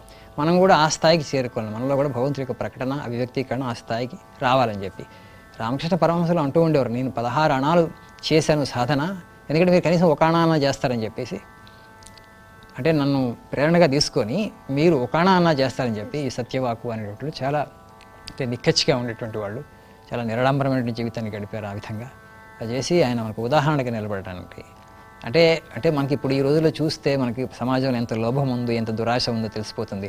చాలామందికి అత్యధిక ఒత్తిడిని కలిగిస్తున్నటువంటి విషయం ఏంటంటే ఆర్థిక సమస్యలు. ఒకసారి రామకృష్ణ పరమహంస వారి జీవిత చరిత్ర చదివితే అంటే ఆయన ఎంత కనీసంతో మనం జీవించగలం, డబ్బులు ముట్టుకోకుండా జీవితానికి సంబంధించి పరమోత్కృష్టమైన స్థితిని పొందారు. అంటే మనందరం ఆనందాన్ని వెతుకుతున్నాం డబ్బుల ద్వారా, ఆస్తిపాస్తుల ద్వారా, అధికారం ద్వారా. అయితే అక్కడ ఆయన ఏదైతే లైఫ్ ఎక్స్పీరియన్స్, జీవితానికి సంబంధించి ఆయన అనుభవం ఏదైతే ఉందో, అంటే డబ్బులు ముట్టుకోకుండా పరమోత్కృష్టమైన అనుభూతి, లోపలే ఆనందం ఉంది, ఆనంద స్వరూపుడే నువ్వు, భగవంతుడు ఆనంద స్వరూపుడు. ఆ ఆనంద స్వరూపుడిని నువ్వు అనుభవంలోకి తెచ్చుకోవడానికి సాధన, ఈ కలియుగంలో అతి తేలికైన సాధన ఆయన నామాన్ని జపించడం. ఆయన నామాన్ని జపిస్తే ఆయన అనుగ్రహం కలుగుతుంది. నీకు పరమోత్కృష్ణ స్థుతి, నువ్వు మరణాన్ని అధిగమిస్తావు. ఇంకంతకన్నా గొప్ప సాధించేది ఏంటుందో ఈ ప్రపంచంలో. మనం ఎంత సాధించినా, ఎంత అధికారాన్ని కలగబెట్టినా, ఎంత శ్రీమంతుడు అయినా, ఇంత ఆస్తిపాస్తులు కూడబెట్టినా ఈ ప్రపంచం నుంచి ఒకసారి నిష్క్రమించాల్సింది కదా. జీవితాలు క్షణభంగురాలు కాబట్టి, అందుకని ఆ స్థితి నువ్వు పొందితే నువ్వు మరణాన్ని కూడా దాటిపోయిన వాడు అవుతావు. కాబట్టి అది నీకు అవకాశం ఉంది. అందుకని ఉపనిషత్తులు అమృతస్య పుత్రాహ, చిల్డ్రన్ ఆఫ్ ఇమ్మోర్టల్ బ్లిస్ అని వివేకానంద స్వామి, అమృతస్య పుత్రాహ, అమృత భాండాగారాన్ని హృదయంలో ఉందా, భగవంతుని హృదయంలో నెలకొని ఉన్నాడు. ఇప్పుడు కాకపోతే మనసులో ఉన్నటువంటి మలినాల వలన, మనకున్నటువంటి అరిషడ్ వర్గాల వలన భగవంతుని మనం చూడలేకపోతున్నాం, అనుభవంలోకి తెచ్చుకోలేకపోతున్నాం. వీటిని జయించు, కోరికలను గ్రహించని అనాదిగా భారతదేశం ఆధ్యాత్మిక భూమి, వైరాగ్య భూమి, త్యాగభూమి. త్యాగం ద్వారానే అమృతత్వాన్ని సంపాదించుకుంటావు. త్యాగేనైకి అమృతత్వ మానసుహు అని ఉపనిషత్తు వాక్యం ఏదైతే ఉందో, ఆ వాక్యాన్ని మనకి ఆచరించి చూపెట్టారు రామకృష్ణ పరమహంసలు వారు. దానికి మనం ఎంబోడిమెంట్ అంటాం. దానికి మూర్తిమంతమైనటువంటి సత్యం, మూర్తిమంతమైన త్యాగం. ఒకసారి ఒక మార్వాడి గారు వచ్చి ఆయనకి 10,000 రూపాయలు ఇవ్వబోతారు ఆ రోజుల్లో. మీ తర్వాత వారికి శారదా అమ్మాయికి కూడా ఉపయోగపడుతుందని చెప్పేసి రామకృష్ణ పరమహంసలు వారు తీసుకోరు, వాళ్ళగా రిఫ్యూజ్ చేస్తారు, నాకేం వద్దు, అవసరం లేదని చెప్పేసి. అంటే మరీ బలవంత పెడితే ఆయన సరే, ఆ శారదాదేవి గారు ఉన్నారు, ఆమె నాకు సేవ చేస్తూ ఉంటుంది, ఆమెను అడగండి, ఆమెను తీసుకుంటా అంటే ఇవ్వండి అని చెప్పి ఆమె దగ్గరికి వెళితే ఆమె ఉంటుంది, ఇప్పుడు ఆయన తిరస్కరించారు, ఆయనకే వద్దంటున్నారు, నేను ఆమెను తీసుకున్నా కూడా ఆయన కోసమే ఖర్చు పెట్టాలి, ఇప్పుడు ఆయనే వద్దన్నప్పుడు నాకెందుకని చెప్పి ఆమె కూడా తీసుకోవద్దు. ఆ విధంగా అంటే వాళ్ళు ఇప్పుడు మనం అది ఆయన జీవితాన్ని చదివితే మనకి ఎలాంటి ప్రేరణ వస్తుందంటే, ఏమీ డబ్బులు సంపాదన ఏమీ అవసరం లేకుండానే పరమోత్కృష్టమైన స్థితిని పొందవచ్చు. అంటే నివృత్తి మార్గం వైపు మనకు వెళ్ళడానికి అవకాశం ఉంటుంది. లేకపోతే అందరం ప్రవృత్తులు కొట్టుకుపోతున్నాం. అంటే ఒక వ్యక్తికి 50 కోట్లు ఉంటే నాకు 10 కోట్లు ఉన్నాయి అనుకోండి, ఆయన 50 కోట్లు ఉన్న దాటిన ఆయన ఇంకా అధిగమించాలి. ఆ దురాశ వలన ఏంటంటే మనం ఆధ్యాత్మికంగా చితికిపోవటమే కాకుండా ప్రకృతిని కూడా నాశనం చేస్తున్నాం. ఇంకా అభివృద్ధి. ఇప్పుడు ఒక $3 ట్రిలియన్ ఎకానమీ అయితే $5 ట్రిలియన్ లేదా $7 ట్రిలియన్. పాశ్చాత్య దేశాలు అదేవిధంగా పెడుతుంది, దానిలో యుద్ధాలు కూడా వస్తున్నాయి. ఈ విధమైన భోగము, ప్రాపంచికత వలన యుద్ధాలు సంభవించే అవకాశం ఉందని వివేకానంద స్వామి చెప్తారు. వాళ్ళని భారతదేశంలో ఉన్న ఆధ్యాత్మిక జ్ఞానాన్ని కనుక మీరు తీసుకోకుండా, మీరు కేవలం ఈ ప్రాపంచికమైన జీవితం అనుకొని ఈ విధమైనటువంటి అంటే ఒక ఆర్థిక శక్తిగా ఎదగాలని మీరు పోటీ పడతారు. ఆ పోటీ పడే ప్రక్రియలో మీరు యుద్ధాలు సంభవిస్తాయి. తద్వారా ఏంటంటే మానవ నాగరికత నాశనం అయ్యేటువంటి అవకాశం ఉంది. కాబట్టి భారతదేశంలో ఆధ్యాత్మిక జ్ఞానాన్ని మీరు తీసుకోండి. సో ఆ విధంగా మన 5,000 సంవత్సరాల ఆధ్యాత్మిక ఆకాంక్ష ఏదైతే ఉందో, ఆ ఆకాంక్ష అంతా కూడా మూర్తిమంతమే శ్రీరామకృష్ణ పరమహంస. ఆయన ఇందాక శారదాదేవి గురించి చెప్పారు. శారదాదేవి ఎంటర్ అయ్యేటప్పటికీ ఆయన కాళీమాత స్మరణలో ఆయన సిద్ధి పొందిన వ్యక్తి. కాబట్టి ఈయన భార్యని ఎలా చూశారు, ఆ భార్యకి ఎలా నేర్పించారు ఆయన భక్తి తత్వాన్ని? ఆయన భక్తి తత్వంతో పాటుగా చిన్న విషయాల్లో కూడా ఆమెకు శిక్షణ ఇచ్చారు. ఎందుకంటే ఆమె చాలా చిన్నపిల్ల, మన దగ్గరికి వచ్చినప్పుడు 16-17 సంవత్సరాలు ఉన్నాయి అప్పటికి వచ్చేసరికి. చెప్పిన తర్వాత ఒకసారి అడుగుతారు నన్ను ఈ ప్రాపంచిక జీవితంలోకి లాగడానికి వచ్చావా అంటే, అప్పుడు నేను ఎందుకు లాగాలి మిమ్మల్ని, మీరు ఏదైతే మార్గంలో ఉన్నారో, ఆధ్యాత్మిక మార్గంలో, పథంలో ఉన్నారో, మీరు ఆ పథంలో మీరు ఉండండి, మీకు సేవ చేసుకుంటానని చెప్పేసి నిజంగా సహధర్మచారిణి అన్నదానికి ఆమె నిర్వచనం. ఆ భక్తులతో ఆయన సంభాషిస్తున్నప్పుడు ఆమె అక్కడ నహబత్ అనేటువంటి చిన్న 8x6 అంతే, ఒక 50 స్క్వేర్ ఫీట్ ఉండదు, అంత చిన్న దాంట్లో ఉండి వాళ్ళకు వండి పెడుతూ పొద్దున్న నుంచి సాయంకాలం దాకా 3 గంటలకు లేచి మధ్యాహ్నం ఒక అరగంట రెస్ట్ తీసుకునేవాళ్ళు అంతే. ఆ కైంకర్యం అనమాట పూర్తిగా, అంటే ఒక సేవ. ఆయన భక్తులకి ఎవరైతే వస్తారో వాళ్ళకు వండి పెట్టడం, ఆయన శిష్యులకి ఆ జీవితాంతం ఒక పని మనిషిలాగా పనిచేశారు ఆమె. నిజానికి అని అడిగితే అంత సేవ చేశారు ఆయన భక్తులకి. వాళ్ళ ఆ సంభాషణ అంటూ వింటూ ఆమె కూడా దాన్ని జీర్ణించుకొని వాటిని ఆచరిస్తూ ఉండదు. పొద్దున్న 3 గంటలకు లేచి పూజ చేశారని అంటారు. అవును, షోడశి పూజ చేశారమ్మా. తర్వాత ఆయన సాధనలు అంతా అయిపోయిన తర్వాత ఒకరోజు అమ్మని తీసుకొచ్చి కూర్చోబెట్టి కుర్చీలో కూర్చోబెట్టి ఆమె ఏదైతే కాళికాదేవిని అంతకుముందు పూజించేవారో ఆ విధంగా ఆమె జగన్మాత స్వరూపురం అని చెప్పి ఆమె కూడా ఆ రోజు ఒక భావపారస్థితిలోకి వెళ్ళిపోయి మహాసముద్రంలోకి వెళ్ళిపోతుంది. ఆయన ఎప్పుడైతే పూజ మొదలుపెట్టగానే అప్పటి వరకు భారీగా ఉన్నప్పుడు ఆ రోజు ఆమె జగన్మాత అవుతుంది. ఆ జగన్మాత అవుతుంది అంటే ఆమె యొక్క ఆధ్యాత్మిక స్థితి ఏంటో మనకు అర్థమవుతుంది ఈ విషయం ద్వారా. అంటే భర్త నుంచి అందులో అంటే కాళికాదేవిని అనుభవంలో చూసినటువంటి పొందినటువంటి వ్యక్తి తోడ పూజ, ఆయన చేత పూజని అందుకోగలిగిందంటే ఆమె ఆధ్యాత్మిక స్థాయి కూడా మనకి దానివల్ల అర్థమవుతుంది. ఆ రోజు ఆమె పూర్తి భావపారవశ స్థితిలో ఉంటుంది, మా పరమానందంలో ఉంటుంది. ఆ విధంగా అభయముద్ర ఈయన ఆ రోజు శిష్యుడు అయిపోతాడు, అమ్మ జగన్మాత అయిపోతుంది. తన యొక్క సాధనల ఫలాన్ని మొత్తం కూడా ఆమె పాదాల దగ్గర సమర్పిస్తాడు. ఏదైతే అప్పటి వరకు ఆయన పొందారో ఆ సిద్ధులన్నింటినీ కూడా అమ్మ జగన్మాత స్వరూపంగా భావించి ఫలహారిణి కాళీ పూజ అని ఇప్పుడు మేము కూడా పూజ చేస్తూ ఉంటాము. తన ఫలాలన్నిటి కూడా అర్పించే సర్వస్వాన్ని, ఇంకా నాకేమీ లేదు, నాదంటూ ఏమీ లేదు, అంతా అమ్మాయి అని చెప్పేసి. ఆ విధంగా భారతదేశంలో అంటే కులకుండిని ఆధ్యాత్మిక శక్తిని, స్త్రీలలో ఉన్నటువంటి ఆధ్యాత్మిక శక్తిని ఆయన జాగృతపరిచారంటారు. శారదాదేవిని ఆ విధంగా పూజించడం ద్వారా అంటే వాళ్ళందరూ జగన్మాత స్వరూపాలు. వాళ్ళు ఎప్పుడైతే అలా భావించుకున్నారో వాళ్ళలో ఉన్నటువంటి కులకుండిని జాగృతం అవుతుంది. వాళ్ళు ఎప్పుడైతే ఆధ్యాత్మిక శక్తికి ఎదుగుతారో తద్వారా మనకి లోకంలో మహాప్రయోజనాన్ని మనం పొందవచ్చు అని చెప్పేసి.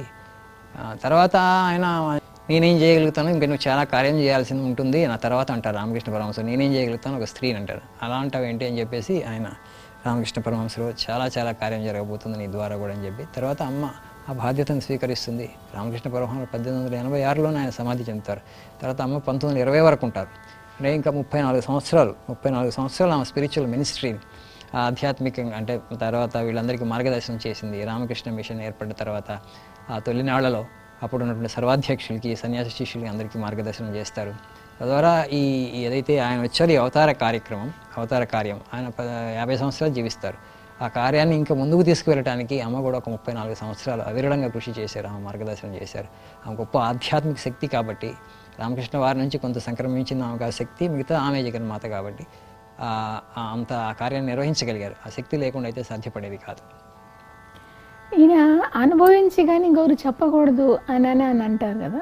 ఈయన ఒకరికి ఒక విషయం చెప్పేటప్పుడు అది పూర్తిగా అనుభవించిన తర్వాతనే వాళ్ళకి శిష్యులకు చెప్తారు, ఎవరికైనా కానీ చెప్తారు అని అంటారు. ఆ విషయం గురించి చెప్తారు. భగవంతుడి గురించి బోధించాలన్నా కూడా ఆయన ఎవరన్నా ఉపన్యాసకులు కనుక ఆధ్యాత్మిక ప్రబోధాలు చేస్తూ ఉంటే నీకు భగవంతుడు అనుభూతి అయిందా, నువ్వు అర్థం చేసుకున్నావు భగవంతుని అనేవారు.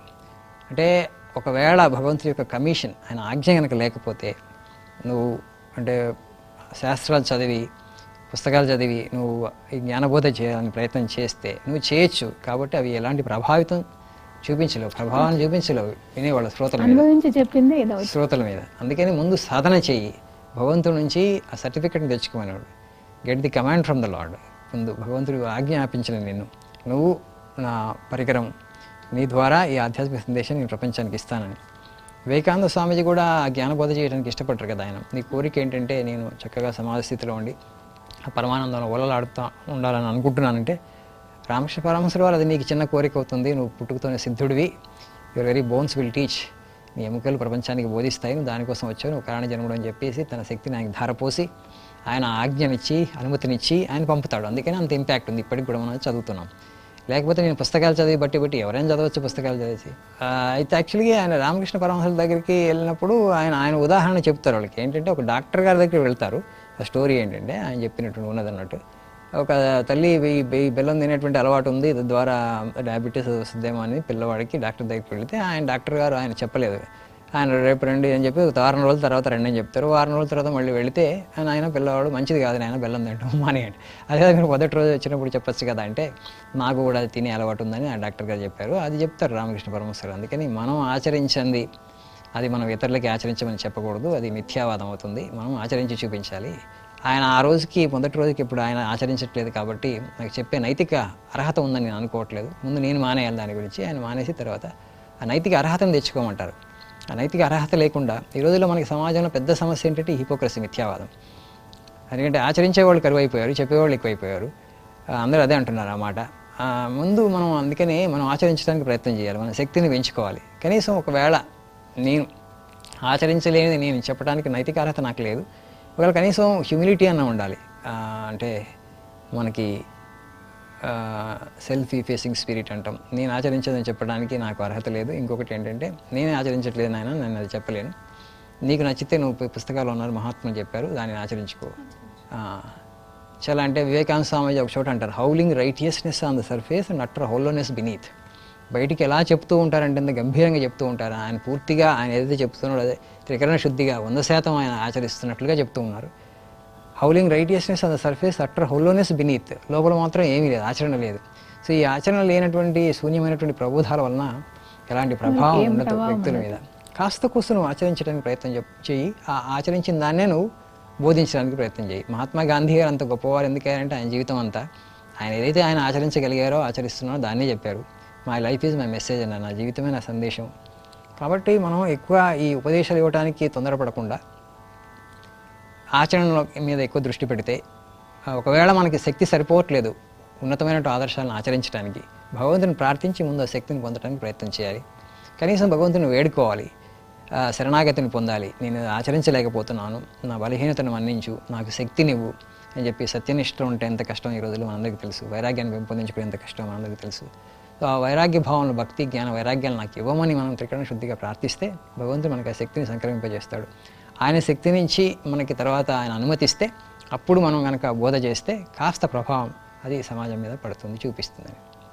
అదే ఆయన రామకృష్ణ పరమహంసుల వారు అందరికీ భక్తులకు కూడా చెప్పేవాళ్ళట, నువ్వు అడగండి దేవుడిని, ఏం కావాలన్నా దేవుడు ఇస్తాడు. ఒకవేళ మీరు ఆమె దర్శనాన్ని అడిగితే కూడా నాకు కావాలని ఏడవండి, ఏడుస్తే నేను ఏడ్చాను, ఏడిస్తే నాకు ఇచ్చింది, కాబట్టి మీరు కూడా ఏడవండి, ఏడిస్తే మీకు అన్నీ దక్కుతాయి, మీకు ఏం కావాలంటే అవి దక్కుతాయి అని చెప్పేవాడు. అంత ఉన్మత్త స్థితి అంటే ఆయన కాళీదేవిని చూస్తే అంత ఉన్మత్త స్థితిలో ఆయన సమాస్థితి పొందేవాళ్ళు, డాన్స్ చేసేవాళ్ళు. నిజంగా అది అప్పటి ఆనందమేనా లేకుంటే లోపల ఆత్మానందంతోనే అని చేశారంటారు? ఆయన నిజంగా ఎప్పుడు సదా పరమానందంలో ఓలలాడుతూ ఉండేవారమ్మా. ఎందుకంటే ఆ అనుభూతిని జీర్ణించుకోవడానికి కూడా చాలా శక్తి కావాలి. ఎందుకంటే వివేకానంద స్వామీజీ రెండోసారి వచ్చినప్పుడు ఆయన ఇలా స్పృశించి ఆయన్ని ఆ సమాజ స్థితిలోకి తీసుకెళ్తారు. అప్పుడు వివేకానంద స్వామీజీ యొక్క మానసిక స్థితి ఎట్లా ఉంటుందంటే ఆ అనుభూతిని జీర్ణించుకునేటువంటి శక్తి కూడా ఉండదు ఆయనకి. వెంటనే ఏం చేస్తున్నారు నాకు, I have my parents, I have my father and mother అంటారు. నాకు అమ్మా నాన్న ఉన్నారు, మీరు ఏం చేస్తున్నారు నాకు అని చెప్పి. అంటే ఆ అహంని పూర్తిగా అంటే వదులుకునేటువంటి స్థితిలో ఆయన లేరు అప్పుడు. ఎందుకంటే కుటుంబ ఈ సంబంధాలు ఇవన్నీ నిజం అనుకుంటున్నారు కదా. తర్వాత వైరాగ్యాన్ని పెంపొందించుకుని ఇవన్నీ కళ లాంటివి అని చెప్పేసి వదిలేశారు. చాలాసార్లు ఆయనకి అనుభూతి అయింది ఇది సమాధి స్థితి.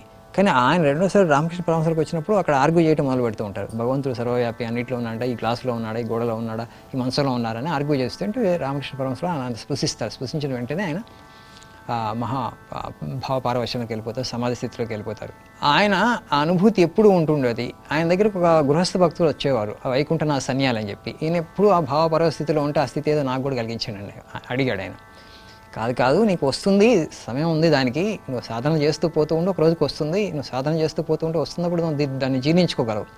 ఆ సాధన ఏం లేకుండా వైకుంఠ నా సన్యాలు నాకు ఇవ్వండి ఇన్ని రోజుల నుంచి వస్తున్నాను, నాకు కూడా అనుభూతి కలిగజేయండి, నాకు అనుభూతి కలిగజేయండి. ఆయన చాలా ప్రాధేయపడతాడు, చాలా వేడుకుంటాడు. ప్లస్ మళ్ళీ అడిగేసరికి రామకృష్ణ పరమహంస సరే అని చెప్పి ఒకసారి స్పృశించేసరికి ఏముంది అన్ని చోట్ల ఈయనకి రామకృష్ణ పరమహంసలు కనపడుతుంది. భగవంతుడే సర్వవ్యాపిగా అన్ని చోట్ల కనపడతాడు. ఆయన ఒక 2 రోజులు 3 రోజులు ఆ భావంలో ఉండి దీని ద్వారా నేను ఈ లౌకిక కార్యాలు ఏమీ నిర్వహించుకోలేకపోతున్నాను అని చెప్పేసి, అన్ని చోట్ల నాకు భగవంతుడే కనపడుతున్నాడు అని చెప్పి దాన్ని జీర్ణించుకోలేకపోతారు. వచ్చేసి మళ్ళీ నాకు ఈ అనుభూతి వద్దు, మీరు వెనక్కి తీసుకోండి అంటాడు. అందుకని రామకృష్ణ పరమహంస నేను ముందే చెప్పాను కదా, నీకు కొన్ని రోజులు వస్తుంది, ఎందుకంటే వైరాగ్యం లేకుండా నువ్వు అనుభూతిని జీర్ణించుకోలేవు అని చెప్పి మళ్ళీ స్పృశించి ఆయన్ని అంటే సాధారణ స్థితికి తీసుకొస్తారు.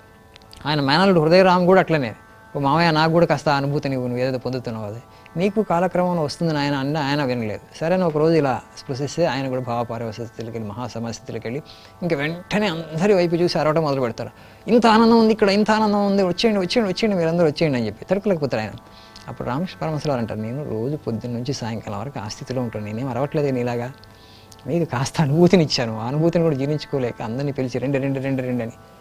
సో అదేంటంటే మనకి ఆ వైరాగ్యము ఆ భక్తి లేకుండా ఆ పరమోత్కృష్టమైన స్థితిని మనం జీర్ణించుకోలేము. ఎందుకంటే ఇప్పుడున్నటువంటి స్థితికి అంటే దేహంతో తాదాత్మ్యం చెందిన స్థితికి ఆ స్థితి అంటే నక్కకి నాక లోకానికి ఎంత తేడా ఉందో అంత తేడా ఉంది.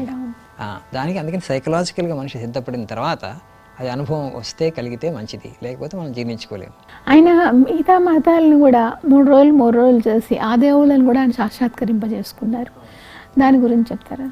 అన్ని సాధనలు చేశారమ్మా ఆయన, అందుకని సర్వమత సమన్వయ స్వరూపం అంటాం. భగవంతుడిని పొందటానికి నువ్వు ఏదైతే ఏ మతమైనా పర్వాలేదు, ఏ మతంలో పుట్టావో ఆ మతాన్ని అనుష్ఠించుకో, దాన్ని బాగా అర్థం చేసుకో. అన్ని మతాలు కూడా ఒకే భగవంతుడిని చేర్చడానికి మార్గాలు. ఏ విధంగా అయితే నదులు ఎక్కడెక్కడో పుట్టి చివరికి ఒకే మహాసముద్రంలో సంగమిస్తాయో, దేవుడు అనేటువంటి వాడు ఒకడే, అందరికీ తెలిసినటువంటి విషయమే. సో ఇప్పుడు జై శ్రీరామ్ అన్నాం అనుకోండి, విక్టరీ టు రామ్, శ్రీరామచంద్రమూర్తికి జై మగుగాక, భగవంతుడు సర్వశక్తిమంతుడు, అది నిజం. జై శ్రీరామ్, భగవంతుడికే జయం అగుగాక, భగవంతుడికి జయం అవుతుంది, అనుగ్రహం ఉంటేనే మనకి జయం కలుగుతుంది. ఇవన్నీ ఏంటంటే సత్యవాక్యాలే. భగవంతుడు ఒక్కడే, మనందరం కూడా ఒక్క భగవంతుడి బిడ్డలమే. నువ్వు ఆ భగవంతుని వేరు వేరు పేర్లతో పిలుస్తుండవచ్చు, నీ యొక్క అనుష్ఠాన మార్గం వేరే ఉండొచ్చు. కాబట్టి చివరికి అన్నీ ఒకే భగవంతుడి దగ్గర తీసుకెళ్తాయి. కాబట్టి మతం పేరుతో మనం మారణ హోమాలు చేసుకోక్కర్లేదు, మతం పేరుతో మనం కలహించుకోక్కర్లేదు అని చెప్పి, అంటే కేవలం ఒక థియరీగా చెప్పడం కాకుండా తన జీవితంలో అనుష్ఠించి ఆ మార్గాల్ని ఆచరించి అక్కడి నుంచి కూడా అనుభూతి పొంది అంత పూర్తిగా తాదాత్మ్యం చెంది ఉండిపోయారు. అప్పుడు ఆయన చూస్తే ఆయన ఆ మతస్థుడు అనుకున్నటువంటి వాడు, ఆ విధంగా చేశారు సాధన. అందుకని అంటే ఈ మానవాళికి మహోన్నతమైన సందేశాన్ని అందించడానికి వచ్చారు. ఇప్పుడు మనం అటు చూసుకుంటే అక్కడ మధ్యప్రాచ్యం ఏదైతే జరుగుతుందో మిడిల్ ఈస్ట్లో యుద్ధం, అంటే 2 కారణాలు ఉన్నాయి. కొంత మతపరమైన కారణం, కొంత రాజకీయ కారణాలు 2 ఉన్నాయి, జియో పొలిటికల్ ఇష్యూస్ 2 ఉన్నాయి. కాకపోతే అక్కడ ఆ కమ్యూనిటీలను చూస్తే మనం ఒక మతస్థులు ఇంకో మతస్థుని వాళ్ళిద్దరూ ఎంత తీవ్రంగా ద్వేషించుకుంటారంటే, ఆ ద్వేషమే ఇప్పుడు మనకి యుద్ధంగా సంభవించింది.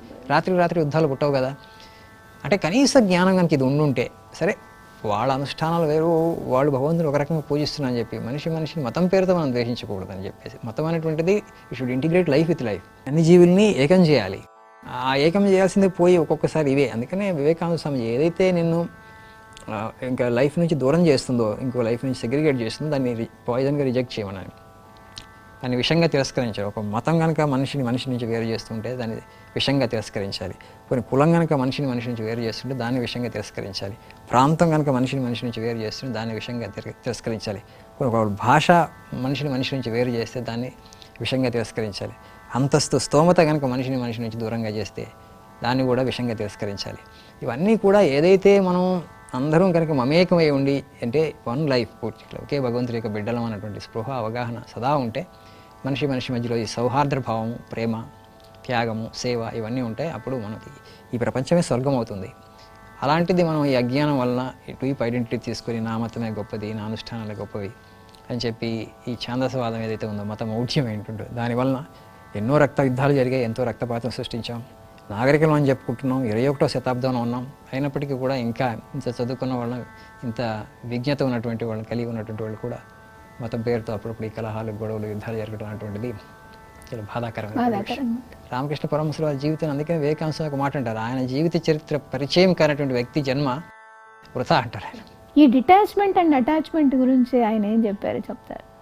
మిగతా అందరి గురువు లాగానే ఈ విషయంలో ఆయన, అంటే ఈ ప్రపంచం అనిత్యం కాబట్టి ఆ అనిత్యమైనటువంటి విషయం మనకి సదా కనుక జ్ఞప్తిలో ఉంటే, మనం ఏదైతే ఈ అటాచ్మెంట్ అంటాం, ఈ మమత్వ బుద్ధి, అది తగ్గించుకోగలుగుతాం. ఇప్పుడు ఈ విషయ వస్తువుల మీద ఎప్పుడైతే మనకి కాస్త డిటాచ్మెంట్ వస్తుందో, వాటి మీద కాస్త వైరాగ్యం జనిస్తుందో, మమత్వ భావం తగ్గుతుంది, నాది అన్నటువంటి విషయం, అప్పుడు మనం భగవంతుడి దగ్గరికి వెళ్ళడం తేలికవుతుంది.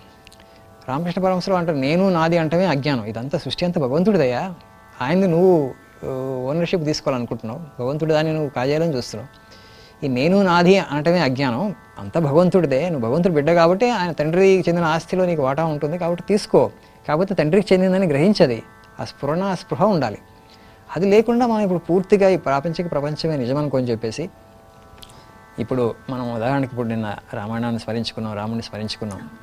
అక్కడ మనకి వాళ్ళ అరణ్యవాసానికి వెళ్ళినప్పుడు ఎప్పుడైతే ఈ మారీచుడు బంగారు లేడి రూపంలో వచ్చినప్పుడు సీతాదేవి కోరుకుంటుంది. ఎప్పుడైతే ఆ కోరిక పుట్టిందో అప్పుడు రాముడుకి లక్ష్మణుడు చెప్తూనే ఉన్నాడు, రాముడికి కూడా ఉంది సందేహం, ఇది రాక్షసులు మాయ అని చెప్పేసి, బంగారు లేడి ఎందుకు ఉంటుంది లేకపోతే. ఆయన వెళ్ళాడు. తర్వాత అప్పుడు వెళ్ళి లక్ష్మణ్ని కాపలాగా ఉండమన్నాడు. అప్పుడు సీతాదేవి నానా మాట్లాడినది లక్ష్మణ్ని. ఆయన వెళ్ళి రాముడిని వెతకడానికి వెళ్ళిపోతాడు. వెళ్ళిపోయినప్పుడు అది జరుగుతుంది. ఎప్పుడైతే జీవుడు ఈ ప్రపంచమైనటువంటి బంగారు లేడిని చూసి మోహింపబడి భగవంతుని మర్చిపోతాడు, అప్పుడు సీతాదేవి మర్చిపోయింది రాముడిని. లేడి మీద దృష్టి వెళ్ళేసరికి అప్పటి వరకు రాముడే సర్వస్వం ఆమెకి. ఎప్పుడైతే బంగారు లేడి రాగానే ఆ బంగారు లేడిని కోరుకోగానే ఆ మనసులోంచి రాముడు వెళ్ళిపోయాడు. మనసులోంచి రాముడు వెళ్ళిపోయిన తర్వాత రావణుడు వచ్చేసాడు కోరిక. ఆ రావణుడు వచ్చేసి ఈమెను అపహరించాడు. మనందరం కూడా ఆ విధంగా ప్రపంచమైనటువంటి బంగారు లేడిని చూసి మోహింపబడి రావణుడు అటువంటి కోరిక చేత అపహరింపబడి ఉన్నాం. అందుకని మనం భగవంతుడికి దూరం అయ్యాను, భగవంతుడు మర్చిపోయాం. అందుకని మాయ అంటే ఏంటి? ఈ ప్రపంచం. ఒకవేళ అప్పుడు మరి ఈ ప్రపంచం ఎక్కడి నుంచి వచ్చింది మాయ అయితే, అది కూడా భగవంతుని సృష్టింపబడింది కదా. కాబట్టి ప్రపంచంలో ప్రతి దాని మీద భగవంతుని ఆచ్ఛాదన చేసి చూడాలి. ఈశావాస్యం ఇదం సర్వం వెతికించే జగత్యం జగత్, ఇదంతా భగవంతుడి యొక్క విభూతిగా చూడమంటారు. అలా చూడకపోతే ప్రతి నిమిషం భగవంతుని తీసుకొచ్చి భగవంతుడి యొక్క విభూతిగా ప్రపంచాన్ని చూడకపోతే అది బంధానికి దారితీస్తుంది. ఇది నాది, ఇది నేను, నాకు చెందింది, దీన్ని నేను అనుభవించాలి, మిగతా వాళ్ళకన్నా ఎక్కువ అనుభవించాలి. ఈ కోరికలు రావడం వల్ల మనలో డిటాచ్మెంట్ పోయి వైరాగ్య భావన పూర్తిగా పోయి భగవంతుడు చెందినటువంటి ఆ భావంతో చూడకపోతే ఈ ప్రపంచం అనేటువంటిది మనకి బంధకారణం అవుతుంది. చేసే కర్మంలో అప్పుడు ఈ అరిషడ్ వర్గాలు వస్తాయి కాబట్టి కొంత పాపకర్మ కొంత పుణ్యకర్మ పేరుకుంటుంది. ఎక్కువగా పాపకర్మ పేరుకునే అవకాశం ఉంటుంది. తద్వారా మళ్ళీ జన్మలు ఈ విధంగా ఈ సంసార చక్రంలో మనం పరిభ్రమిస్తూ ఉండాల్సి ఉంటుందమ్మా. అందుకని ఆయన చెప్పింది ఏంటంటే ప్రపంచం అశాశ్వతం, భగవంతుడు ఒక్కడే శాశ్వతం. ప్రపంచం అంతా భగవంతుడి నుంచి ఉత్పన్నమైంది కాబట్టి దాన్ని భగవంతుడి యొక్క రూపంగా చూస్తూ విభూతిగా చూస్తూ నువ్వు ముట్టుకుంటే ఏం ఆయన గృహస్థ శిష్యులకి ఒక చేత్తో మీరు ప్రాపంచికాన్ని పట్టుకోండి, ఒక చేత్తో దేవుణ్ణి పట్టుకోండి, ఇంకా టైం ఉంటే 2 చేతులతో దేవుణ్ణి పట్టుకోండి అని కూడా చెప్పారు. ప్రాపంచికాన్ని వదలమని అయితే చెప్పలే. అంటే ఇప్పుడు బాధ్యత అంటే ఇప్పుడు భార్యాభర్తలు తర్వాత పిల్లలు ఉంటారు. ఇప్పుడు తండ్రి నాకు ఇప్పుడు వైరాగ్యం వచ్చేసిందని హిమాలయాలకు వెళ్ళిపోయాడు అనుకోండి, సన్యాసం తీసుకుని ఇచ్చేవాడు కదా ఆయన, కుటుంబ బాధ్యతల మధ్యలో ఉన్నటువంటి వాళ్ళని. ఆ విధంగా నువ్వు రెంటికి చెడ్డ రేవడి అవుతావు అని చెప్పేవారు. నువ్వు ఒక చేత్తో భగవంతుని పట్టుకోవడానికి ప్రయత్నం చేస్తూ ఒక చేత్తో నీ సాంసారిక బాధ్యతని నిర్వర్తిస్తూ పోతూ ఉంటే నీకు తర్వాత 55 తర్వాత వానప్రస్థ ఆశ్రమం వచ్చేస్తుంది ఆ స్థితిలో, పిల్లలు పెద్దవాళ్ళు అయ్యారు, సెటిల్ అయిపోయారు. అప్పుడు నువ్వు 2 చేతులతో భగవంతుని పట్టుకో అని చెప్తారు. అలా క్రమేణా నువ్వు వైరాగ్యాన్ని పెంపొందించుకొని ఈ బాధ్యతను వదిలేసి నువ్వు ఇంటికి హిమాలయాలకు వెళ్ళిపోతాను, సన్యాసం తీసుకుంటాను మధ్యలో చాలామందికి వస్తూ ఉంటుంది ఈ మర్కట వైరాగ్యం. తద్వారా ఇంటికి చెడ్డ రేవడి అవుతావు. బాధ్యతను తప్పించుకోవడం వల్ల నువ్వు భగవంతుడి యొక్క అనుగ్రహాన్ని పొందలేవు. వాళ్ళు భగవంతుడు నీకు అది ఇచ్చిన బాధ్యతగా వాళ్ళలో కూడా భగవంతుని చూస్తూ మనకి బృహదారణ్యక ఉపనిషత్తులు కూడా మనం చెప్పాం. ఆయన యాక్చువల్గా ఆత్మావారే పతి ప్రియో భవతి, ఆత్మనస్తు కామాయ పతి ప్రియో భవతి, జయ కామాయ పతి జయ ప్రియో భవతి అని చెప్పి, భర్త కేవలం భర్త అవటం వలన ప్రియుడు కావడు భార్యకి, ఆ భర్త ఆత్మస్వరూపుడుగా లోపల ఆత్మ ఉంది కాబట్టి భగవంతుడి వల్లనే ప్రియుడు అవుతాడు. అదేవిధంగా భార్య కూడా భర్తకి ఆ భార్య లోపల భగవంతుడు ఉన్నాడు కాబట్టి చైతన్యం ఉంది కాబట్టి ఆ చైతన్యం వలన ప్రియుడు అవుతాడు. అదేవిధంగా తల్లిదండ్రులకి పిల్లలు ఎందుకు ప్రియుడు అవుతుందంటే పిల్లల్లో చైతన్యం ఉంది, భగవంతుడు ఉన్నాడు కాబట్టి భగవంతుడి ద్వారా ఈ సంబంధం ఈ అనుబంధాలు ఏర్పడ్డాయి. కాకపోతే మనం ఆయన మర్చిపోయి వీళ్ళు మాత్రమే నాకు చెందినటువంటి వాళ్ళు, మిగతా జీవులతో సంబంధం లేదని అనుకున్నప్పుడే, కేవలం వాడి దేహాలే అని భావించినప్పుడే ఆ దేహంలో భగవంతుడు, ఆ భగవంతుడి ద్వారానే ఈ సంబంధం ఏర్పడింది అని అనుకుని భావిస్తే గృహస్థ జీవితంలో కూడా అవి బంధాలుగా పరిణమించవమ్మా. కాకపోతే ఆ మోహం కమ్ముకొని వీళ్ళే నాకు చెందినటువంటి వాడు అని అనుకున్నప్పుడు వాళ్ళంటే ఇది దేహానికి సంబంధించినటువంటి సంబంధం అనుకోవటే పర్వాలేదు. ఆత్మ ద్వారానే మనకి ఈ సంబంధాలు ఏర్పడ్డాయి కాబట్టి ఆ ఆత్మని భగవంతుని ఎప్పుడు కనుక గుర్తుపెట్టుకుంటూ ఉంటే సాంసారిక జీవితంలో ఉన్నప్పటికీ కూడా చక్కగా మనం ముక్తిని పొందవచ్చు. ఈ సేవ గురించి రామకృష్ణ పరమహంస గారు ఏ విధంగా చెప్పారండి? ఆయన శివజ్ఞానే జీవసేవ అంటారు. ఒకసారి అంటారు ఆయన ఒక రకమైన అంటే భావపారవస్య స్థితిలో ఉండి సేవ నువ్వేం సేవ చేయగలుగుతావు, నువ్వే అల్పుడివి అంటాడు మనిషితో. నువ్వే బంధంలో ఉన్నావు, నువ్వు మిగతా వాళ్ళకి ఏం సేవ చేసి వాళ్ళు బంధ విముక్తులను చేయగలుగుతావు? నువ్వే భగవంతుడి యొక్క అనుగ్రహానికి పాత్రుడు అవడానికి ప్రయత్నం చేయి, ఆయన ప్రార్థన చేయి. నీకెంత శక్తి ఉంది నువ్వు ఇంకొకరిని బంధం నుంచి తప్పించడానికి అని చెప్పి శివజ్ఞానే జీవసేవ, ఆ వ్యక్తిని భగవంతుడిగా దైవస్వరూపంగా భావించి నువ్వు సేవ చేస్తే అలాంటి సేవ ద్వారా నీకు అంతఃకరణ శుద్ధి కలిగి నువ్వు ఆధ్యాత్మిక పురోభివృద్ధిని సాధిస్తావని చెప్పి యాటిట్యూడ్నల్ చేంజ్ తీసుకొస్తారు. ఇప్పుడు అందుకనే ఇప్పుడు రామకృష్ణ మిషన్ సేవ చేసినప్పుడు కూడా చాలామంది సామాజిక సేవా సంస్థ అనుకుంటారు, ఆధ్యాత్మిక సంస్థ. మేము సామాజిక సేవ చేయట్లే. ఎవరైతే వ్యక్తులు వచ్చి వాళ్ళు మా దగ్గర సేవ తీసుకున్న వాళ్ళంతా దైవ స్వరూపాలు, అందుకని నారాయణ సేవ అంటాం. ఇప్పుడు మా ఏదైతే హాస్పిటల్స్ ఉన్నాయో వాటి దగ్గరికి వచ్చేసి రోగి నారాయణ అంటాం. అన్నదానం తీసుకొచ్చినట్టే ఆ దరిద్ర దేవోభవ, మూర్ఖ దేవోభవ, రోగి దేవోభవ అంటారు వివేకానంద స్వామీజీ. భగవంతుడే ఆ రూపంలో వచ్చి నీ దగ్గర సేవ తీసుకుంటున్నారు. నేను భగవంతుడికి సేవ చేస్తున్నాను నువ్వు భావించు. శివజ్ఞాన జీవ సేవ. నేను వ్యక్తికి సహాయం చేస్తున్నాను అనుకోవద్దు. వివేకానంద స్వామి కూడా ఈ మాట అంటారు, భగవంతుడే మురికి గుంటలో పడలేదు నీ సహాయాన్ని అర్థించడానికి సృష్టించింది ఆయన. నువ్వేం సహాయం చేయగలుగుతావు ఆయనకి? ప్రపంచానికి నేను సహాయం చేస్తున్నా అంటే భగవంతుడికి సహాయం చేస్తున్నావు అంటాం అవుతుంది, దైవదోషం అవుతుంది. నీకు నువ్వే సహాయం చేసుకోగలుగుతావు. నిజంగా ఎలా సహాయం చేసుకుంటావు అంటే వేరే వాళ్ళ దైవాన్ని చూసి వాళ్ళని దైవ స్వరూపులకు భావించి వాళ్ళకి సేవ చేసుకోవడం వలన నీకు ఆధ్యాత్మిక ప్రవృత్తి లభిస్తుంది. నువ్వు భగవంతుడి యొక్క అనుగ్రహానికి పాత్ర అవుతావు అని చెప్పి శివజ్ఞాన జీవ సేవ, ఈ యాటిట్యూడ్తో నువ్వు సేవ చేయి. నేను ఇతరులకు సహాయం చేస్తున్నాను, ఇదిగో పేదవాడా ఈ దగ్గర 100 రూపాయలు తీసుకో, నువ్వు చాలా దారిద్ర్యంలో ఉన్నావు, నీకు నేను సహాయం చేస్తున్నా, ఆ భావంతో వద్దండి. It is not actually the giver who is receiver who is blessed, but the giver who is blessed. అంటే తీసుకునేవాడు కాదు అదృష్టవంతుడైనటువంటి వాడు, ఇచ్చేవాడు అంటున్నాడు. కాబట్టి భగవంతుడు నీకు ఇచ్చే అవకాశాన్ని ఇచ్చాడు, ప్రివిలేజ్ ఇచ్చాడు, దాన్ని ఉపయోగించుకో. భగవంతుడి నుంచి నీకు ఆ అవకాశం లభించింది, దానికి భగవంతుడికి నువ్వు కృతజ్ఞతలు వ్యక్తం చేయంటాడు. నీకు ఇచ్చే స్థితిలో పెట్టిన తీసుకున్నందుకు ఆ వ్యక్తికి కూడా కృతజ్ఞత తెలియజేయాలి. ఆయన ఉన్నాడు కాబట్టి తీసుకోవడానికి నువ్వు ఇవ్వగలిగావు. తద్వారా నీ యొక్క చైతన్యం వికాసం పొందింది. Expansion is life, contraction is death అండి వివేకానంద స్వామి. వికాసమే జీవితము, సంకోచం మరణం. కాబట్టి ఇలా స్వార్థపరుడుగా ఉండకు. నీకు కనుక ఉంటే వాటిని నలుగురితో పంచుకుంటూ తద్వారా నువ్వు ఆత్మవికాసాన్ని పొందడానికి ప్రయత్నం చేయని శివజ్ఞానే జీవసేవ ఆ కాన్సెప్ట్ని తీసుకొస్తారు. ఒకసారి ఎవరో అందరూ వచ్చినప్పుడు కూడా మధురబాబుని పిలిచి అప్పటికప్పుడు వాళ్ళకి బట్టలు అవన్నీ కూడా ఇప్పిస్తాడు అనుకుంటాను. అవునమ్మా. వారణాసి వెళ్ళేటప్పుడు దారిలో దేవగర్ అనేటువంటి ప్రాంతంలో రామకృష్ణ పరమహంసలు వారు అక్కడ పేదరికం చూసి వాళ్ళకి అంటే జుట్టుకి కొబ్బరి నూనె కూడా ఉండదు, చాలా కటిక దారిద్ర్యం చూసేసి ఆయన చాలా బాధపడిపోయి ఆ ధనం ఏదైతే ఉందో వారణాసి వెళ్ళడానికి వాళ్ళు సమీకరించుకున్నారో మధురబాబు గారు తీసుకువెళ్తున్నారో ఆ ధనం ద్వారా వాళ్ళకి ఆ వస్తువులు అవన్నీ సబ్బులు కొబ్బరి నూనె ఇవన్నీ కొని కాస్త మంచి ఆహారం భోజనం పెట్టి మంచి బట్టలు ఇవ్వమని చెప్తారు. లేదు మాస్టరు, లేదు ఠాకూర్, మనం ఇప్పుడు ఇట్లా ఈ డబ్బులన్నీ ఇక్కడ ఖర్చు పెడితే మనం వారణాసి అంటే వారణాసి వద్దు నాకు ఆ తీర్థయాత్ర వద్దు, నువ్వు ఇక్కడికి వెళ్ళకపోతే నేను కదలని కూర్చుంటారు, మొండికేసి కూర్చుంటారు. ఇప్పుడు ఇంకా మాతృభావుకు తప్పలేదు, ఆయన ఏం చెప్పాడో చేస్తారు, బట్టలు వాళ్ళకి మంచి ఎక్కడ భోజనం పెట్టేసి. ఆయన ఎప్పుడూ దక్షిణేశ్వరు ఆ ప్రాంగణం నుంచి బయటికి వెళ్ళలేదు. మొట్టమొదటిసారి బయటికి వెళ్ళినప్పుడు ఆ దారిద్ర్యం చూసి చలించిపోతారు. యాక్చువల్గా శివుడే స్వయంగా వాళ్ళ యొక్క బంధాలన్నింటినీ తొలగించేసేసేసి ఆయనకు ఒక దివ్య దర్శనం కలుగుతుంది. అంటే మనందరికీ కొంచెం సందేహం ఉంటుంది, నిజంగా జరుగుతున్న వారణాసిలో చనిపోతే ముక్తిని పొందుతారని చెప్పి. నేను ప్రత్యక్షంగా చూశాను, నాకు దివ్య దర్శనం కలిగింది. ఆ దర్శనంలో శివుడే వచ్చి వాళ్ళ యొక్క బంధాలన్నింటినీ తొలగిస్తున్నాడని చెప్పి చెప్తారు ఆయన. అంటే ఇప్పుడు ఆయన్ని కూడా చూసినప్పుడు ఒకవైపు చూసినప్పుడు శివుని గాను, ఇంకో వైపు వచ్చినప్పుడు కాళీదేవిగాను ఈయన కనపడతారు అని, ఆయనే శివుడుగా ఆయన అమ్మవారికి కనపడతారని.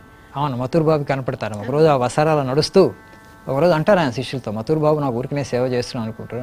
ఆయన కళ్ళు నులుముకుంటాడు. ఆయన ఏం నిజమా నేను చూస్తున్నటువంటిదండి, ఏదో మనిషి, సామాన్య మనిషి, సరే ఏదో పూజారి గారు ఏదో ఆధ్యాత్మిక భావపారవస్యాన్ని పొందుతూ ఉంటాడు, సాధన చేశారు. ఈయన ఎలా ఈ మనిషి ఎట్లా కాళికాదేవి అవుతాడు? ఆయన ఇటు నడుస్తున్నప్పుడు ఆయనకి కాళికాదేవి కనపడింది, ఆయన ముందు వచ్చినప్పుడు శివుడు కనపడ్డాడు ఆయనకి.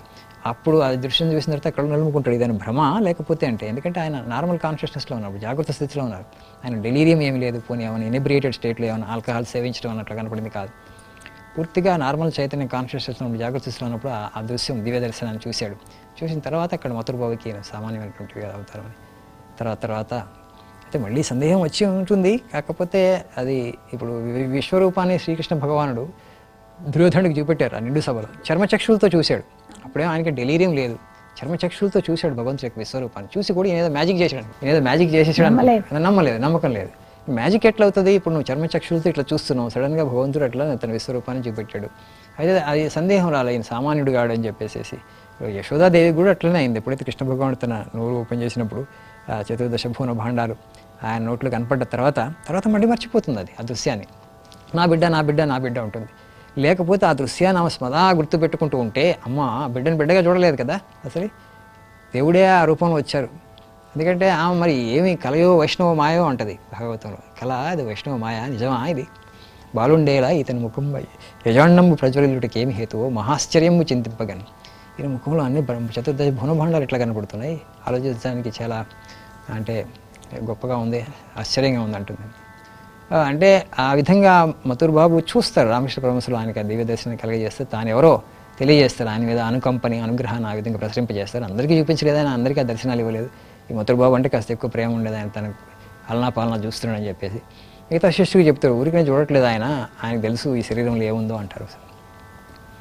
రాముడిలోని సత్యనిష్ట, కృష్ణుడిలోని జ్ఞాననిష్ట రెండూ కలబోసి వచ్చినాయి అని వివేకానందుడు అమెరికాలో చెప్తాడు. అవునమ్మా, అవును. ఆయన అడుగుతారు ఒకసారి, ఒక శరత్చంద్ర చక్రవర్తి అని, రామకృష్ణ పరమహంసుల గురించి, మీ గురుగారి గురించి మీరు ఏమనుకుంటున్నారు, ఆయన నిజంగా మీరు అంటున్నట్లు లేకపోతే కొద్దిమంది అంటున్నట్లు అవతారం అని అంటే, వివేకానంద స్వామి ఒక ప్రశ్న వేస్తారు, అసలు అవతారం అంటే ఏంటి నీ దృష్టిలో అని. రాముడిలాగా కృష్ణుడిలాగా అంటారు ఆయన, చైతన్య మహాప్రభులాగా. వెంటనే వివేకానంద స్వామి ఇది మోర్ దాన్ దట్ అంటాడు.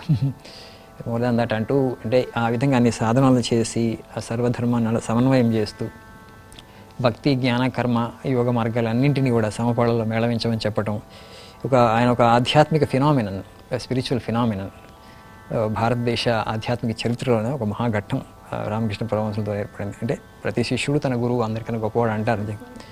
కాకపోతే వివేకానంద స్వామి అంత భావోద్వేగంతో ఎమోషనల్గా చెప్పరు కదా.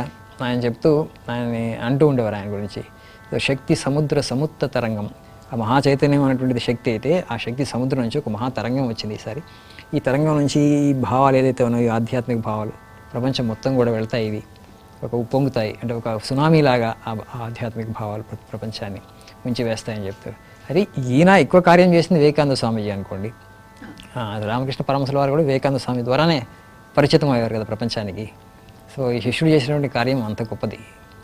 జీవితాన్ని నిజానికి ఈ సనాతన ధర్మాన్ని పునరుద్ధరించడానికి ఒక విధంగా త్యాగం చేసినటువంటి వ్యక్తి అమ్మ. పాశ్చాత్య దేశాలకు ఎప్పుడైతే ఈ జ్ఞానం వెళ్ళిందో అప్పటి నుంచి ఈ సనాతన ధర్మం యొక్క వైభవం అనేటువంటిది విదేశీయులకు కూడా తెలిసిన తర్వాత ఇప్పుడు వాళ్ళలో కూడా చాలా ఆసక్తి వేదాంతం మీద ముఖ్యంగా. ఎందుకంటే ఇది నమ్మకం కాదు కదా, ఒక విశ్వాసం కాదు, ఇట్స్ లైక్ విజ్ఞానం, శాస్త్రం. కాబట్టి వాళ్ళు కూడా ఈ సనాతన ధర్మం వైపు ఎక్కువగా మొగ్గు చూపుతున్నారు, తెలుసుకోవాలన్న కోరిక. ఎందుకంటే వాళ్ళలో కూడా ఈ మెటీరియలిజం ద్వారా సాచురేషన్ వచ్చేసింది. Existential issues are bothering them. Existential తర్వాత ఏంటి, వృద్ధాప్యం, తర్వాత మరణం తర్వాత ఎక్కడికి పోతాం. మొన్నటిదాకా అసలు ఈ హ్యాండ్ టు మౌత్ ఎగ్జిస్టెన్సే ఉంటుంది, దాని గురించి ఆలోచించలేం. రోజుకి 16 గంటలు మనం కేవలం 2 పూటలు భోజనం సముపార్జించుకోవడానికే టైం వెచ్చించాల్సి వస్తే తర్వాత మేధోపరమైనటువంటి ప్రగతి కానీ ఆధ్యాత్మిక వికాసం కానీ ఉండవంటారు వివేకానంద స్వామీజీ. ఎప్పుడైతే వ్యక్తి కొంచెం తీరుబడి ఉందో, వ్యక్తి దగ్గర విరామం ఉందో, మరీ అంటే ఉరుకులు పరుగులు పెట్టాల్సిన అవసరం లేకుండా కనీస అవసరాలు ఏర్పడ్డా, అప్పుడు మనిషి ఇంకా ఆలోచిస్తాడు ఈ ప్రపంచం గురించి, దుఃఖం ఎందుకు ఉంటుంది, కష్టాలు ఎందుకు వస్తున్నాయి, చనిపోయిన తర్వాత ఏమవుతుంది, అసలు భగవంతుడు ఉన్నాడా, దేవుడు ఉన్నాడా, ఈ ప్రపంచాన్ని ఎవరు సృష్టించారు, ఈ ప్రశ్నలను వేసి వాడికి సమాధానాలు వెతుకుతూ ఈ వేదాంతం వైపుకి వస్తారు. వచ్చిన తర్వాత అనుష్ఠానం సాధన చేసి వాళ్ళు తర్వాత మళ్ళీ భగవంతుడిలో లీనమవుతాం. అప్పుడు ఈ సర్కిల్ అనేటువంటిది పూర్తయింది. భగవంతుడి నుంచి వచ్చాం, మళ్ళీ భగవంతుడిలోకి వెళతాం. ఇవాళ కాబట్టి రేపు కాబట్టి అందరూ వెళ్తారు, ఒక్కళ్ళు కూడా వివేకానంద స్వామి అంటారు. గురువుగారు చాలా బాగా విపులీకరించి రామకృష్ణ పరమహంస గురించి, ఆయన భక్తితత్వాన్ని గురించి చాలా బాగా చెప్పారండి. ధన్యవాదాలు. ఇది ఈనాటి గురు సన్నిధి కార్యక్రమం. చూశారు కదా, రాముడిలోని సత్యనిష్ట, రామకృష్ణుడిలోని జ్ఞానతృష్ణ రెండూ కలిగిన ఆ మనుషుడే, ఆ మానవుడే రామకృష్ణ పరమహంస. ఇది ఈనాటి గురు సన్నిధి కార్యక్రమం. ఓం నమో వెంకటేశాయ.